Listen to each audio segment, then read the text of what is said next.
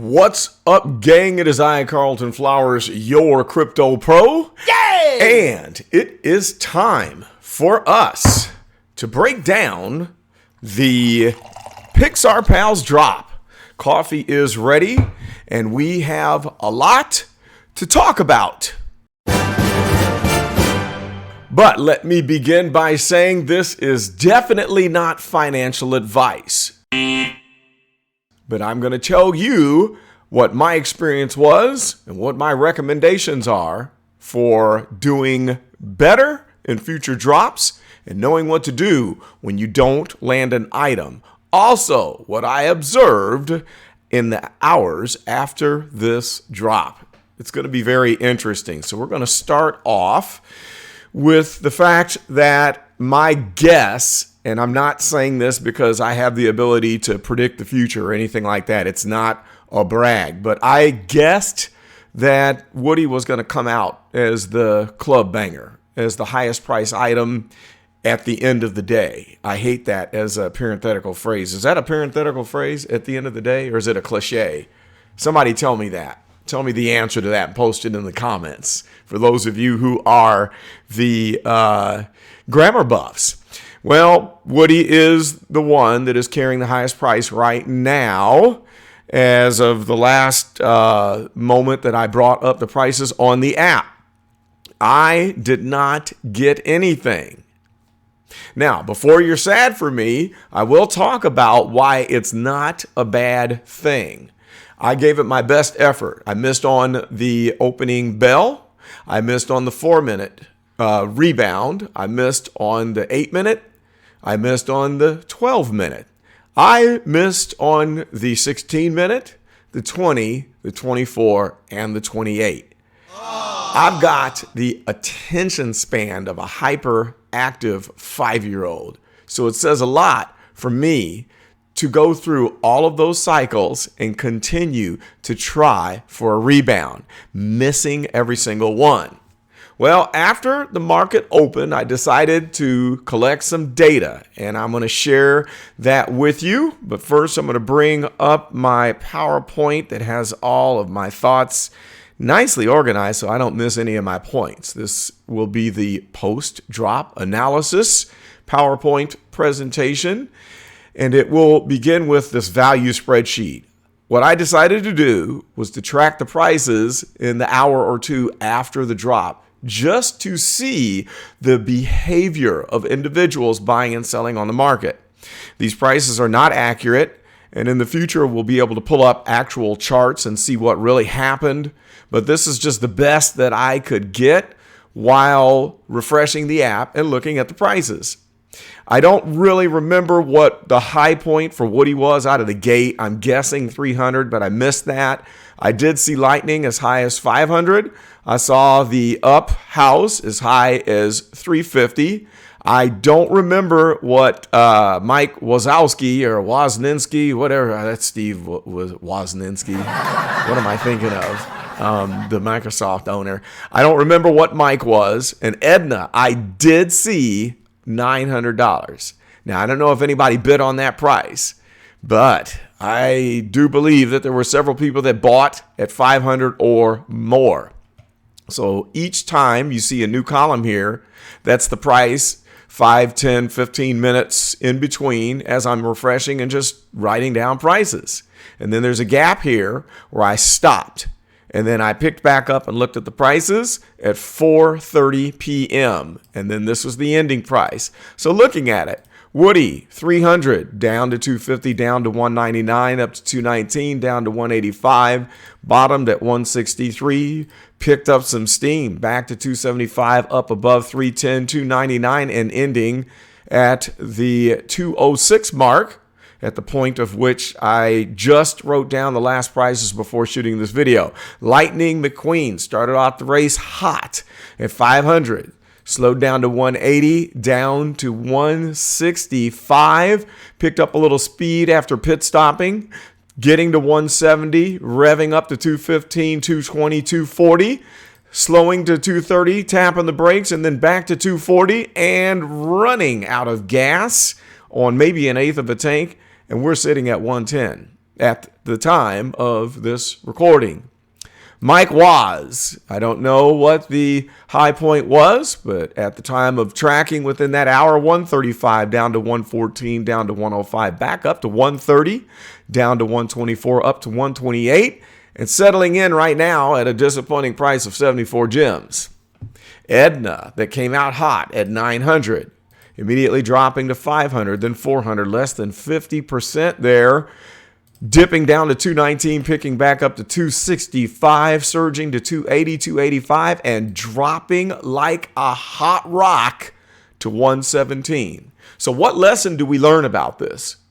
We learn that in the time of the closing of the drop and the ensuing couple of hours, we have some crazy volatility where we see the prices surge in the beginning, and then they take a nosedive, and then they start to creep up again, and it whipsaws a little bit, and then you have another surge, and then you start to whipsaw again, and some will surge here a third time, and then the ones that are not the piece de resistance, they're going to settle down, and then the one that wins the race, which was Woody, it will end up finding a higher spot. Maybe not as high as it was, but it is definitely Woody that wins the race and is the piece that everyone wants. It is in highest demand. So when you do not get a drop, this evidence shows us why it is not wise to FOMO and think that you're going to miss out on something. Because what are the chances of you getting that Woody at that low point? You can't call that low point. So here was Woody at 163. Now, is there any way that anyone would have been able to predict that 163 would be the low point for Woody? No. Judging from the fact that we're already back down to 206, I would bet you that there's going to be a chance in the future of picking up Woody at 163 or lower. Why? It's because of my age-old advice. They always come back to get you 9.9 times out of 10 if you just exercise patience. All right, so let's clear that out, and that ends our report of the price action right after the drop in current prices. And let's pull that down and go back to the PowerPoint presentation. That was our value spreadsheet. Next, comparison to other Disney drops. This is interesting. The golden moments, no comparison, because we came out of the box super hot and we were into prices north of 500 gems and holding after that drop. We didn't see that with this one, so it's not as monumental as the golden moments drop. How about the lenticular cards? We also did not see prices hold as strong as they did with the lenticulars, which stayed in the 5, 6, 7, 800, above 1,000 for quite some time after the drop. We can't even compare this to DC Alley, DC Artist Alley, where we saw the Wonder Woman getting north of 300 and maybe pushing above 400 and holding and then continuing to go up after that point. Because of the weak pricing that I'm seeing here, I think that the play for someone who has not gotten one on the drop is to wait it out, because it's going to take a while for the maturation of the price. And we'll get to that. That's one of the last points. Now, I missed the drop, but this is a good thing. So how can that be good when you miss a drop? Now, there's always people who are upset that they missed. I was upset, and I had people in the group post, darn it, this sucks. I didn't get one. I'm so down. Well, after a few minutes, I got to thinking, I'm looking at this wrong, because this can end up being a good thing. Let me collect data and learn something about the behavior of collectors right in the hours after the drop. So I started looking at that and learned the valuable points that I did that I just presented to you and showing you that spreadsheet. I also realized the fact that it can be very good if you consider the big picture, okay? When you look at the overall effect of a drop on the other items in the market, not just the pricing of what's in the drop, the tendency is for everyone to want the new shiny thing. I wanted a motorcycle so bad, and I never got one. And I said, you know what? I'm going to press pause and wait, and I'm not going to FOMO. I also wanted the Ukraine items, and I said, nope, I'm not going to get them, as I didn't get any of the drops. I said, I'm going to wait. I will not FOMO. So I waited until this gem squeeze, and the overall effect of this drop in the hours before was that it drove the Ukraine items way down. So I was able to get the poster, I think at 160 gems. I saw it go down to 135, and I wasn't able to snag that bottom, but close enough. I was also able to get both of the sunflowers at below retail. I got the silver for 38 gems, and I got the gold for 40 gems. That's not bad. And that's after prices had settled down. If they go lower than that, I'll probably pick up more. I don't need to pick up another poster because I think the poster is going to do well just because it's something that marks history. Not getting into the politics of it, but just the fact that it's an art piece that commemorates something going on in the world that was significant, even though it's a negative thing.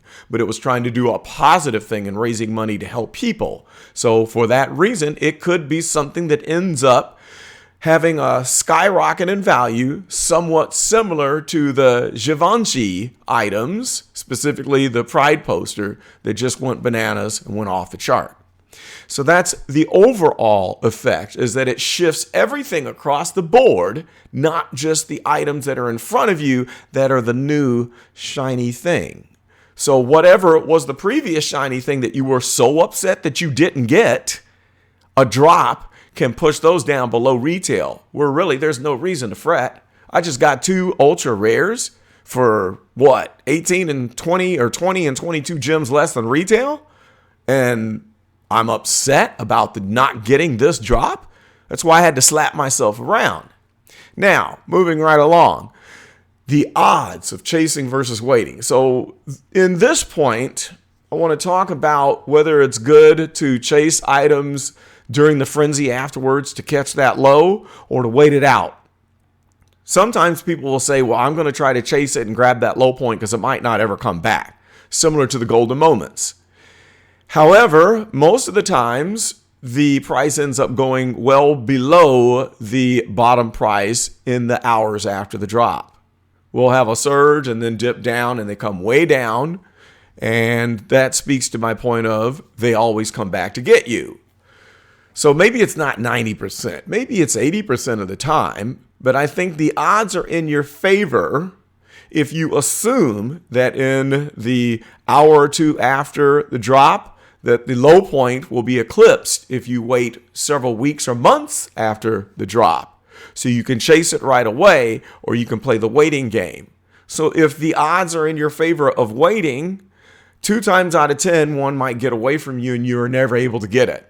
8 times out of 10, you'll be able to pick up that item cheaper than it was at the bottom point on drop day. If you play the odds, you will win the game in the long run. Playing the odds smartly will allow you to profit and not leave a bunch of gems on the table. Meaning, if you bought something that you thought was at the low point on drop day of 150 gems, and it later went down to 60 or 50, you've left 90 to 100 gems on the table that you gave away had you not waited, playing the odds, because they always come back to get you. That's an important point that I hope you guys understand. And after observing these drops for the past year, I have been in this for 1 year, that's what I notice, that the odds are in your favor when you're patient and you don't FOMO. It's so hard to resist FOMO the day of a drop when you miss, because you're going to think, oh my gosh, I better get this now because I'm going to miss my chance. Just go back to the odds. With the Disney lenticular cards, I was never able to go back and get one from the lowest point during drop day. They surged beyond that. Now they've come down since then. So waiting actually played in my favor, because we've seen the Daisy Duck, which is the one I want, go down as low as 235 gems, and I still have not bought one. I'm still waiting. Okay? So when you resist FOMO and you play the odds, 8 times out of 10, it'll come back to get you. But it is difficult to park the emotions, the feelings of being upset that you missed out. It's difficult to park that. But if you breathe, consider the data from prior drops, look back at the charts of all items, you'll be able to use your executive functioning mind and keep within the frontal portion of your brain, not in your emotions back here. You'll be able to allow your cerebral cortex to help you to make more logical and better decisions that will support you making a long-term profit. All right, next, time for full price maturation. Some items take a month or two, and sometimes it takes several months. Sometimes it can take upwards of 1 year. Case in point, the Ghostbusters items. They went just white hot within 2 months. And then they went down after the market cycle peak late April, May. It took until November to hit another peak, which, by the way, eclipsed the first peak by far. We saw the Ghostbusters logo reach as high as, 550 during last year's peak. And then we went all the way down to below 300, maybe below 200. And then on the next cycle peak, it went above 1,200 gems. So it took us, 6-8 months for the price to enter into full maturation to hit that cycle peak again. Now we saw with the Disney drop, the prices shot up within a month or two, hit the peak. Well, within a month, I think it was that same month that they came out, we hit the market cycle peak, and then we dropped after that. So I watched my R2-D2, for instance, go up to 9,500 gems, then it came on back down. So it can happen very quickly, and then sometimes you'll buy stuff that goes straight below, like look at Spider-Man. Spider-Man Common went underwater after that drop and was selling below retail of 40 gems. It was at 30 gems for a long time, and it took months before we saw it pop and hit the peak in December. So you have to consider that it could be anywhere from a month to 6 months for these items in the Pixar Pals drop in order to hit full price maturation. I'm thinking it's going to be late spring. I'm going to say late April or May, at worst case, maybe June, where we're going to see these prices peak on the Pixar Pals. And I'm also thinking that I'll stick with my guns and say that it's going to be Woody that leads the pack. So I'm going to wait a while longer and see what the next drops are going to be, if they're going to hit us with some club bangers, or if there's some big news, or if the MTL has a devastating effect, which I'm losing the faith in thinking that MTL is going to devastate market prices. Too much time is going on, and I'm thinking that the majority of people thinking that it's going to destroy the price could have the opposite effect, but time will tell. That's not a prediction. That's an opinion. So we'll wait and see. I'm the contrarian. If the majority of people think that we're going to drop the bottom out because of MTL, I'm going to probably play the opposite, because it's when you play the contrarian role that's where you can have the chance of the biggest gains. Did you get one of these items on the drop? Let me know in the comments. And are you chasing or are you waiting? Which items are you wanting the most? And which ones do you think of this drop are going to have the highest value in 6 months to 1 year? I'd like to know. Put it in the comments. Like, comment, and subscribe if you have not already. And thank you very much for joining me with this edition. And I look forward to chopping it up with you in the comments section. And I also appreciate you taking time out of your day to share in this moment with me. And we will see you next time, because that's all I've got to say about that. See ya.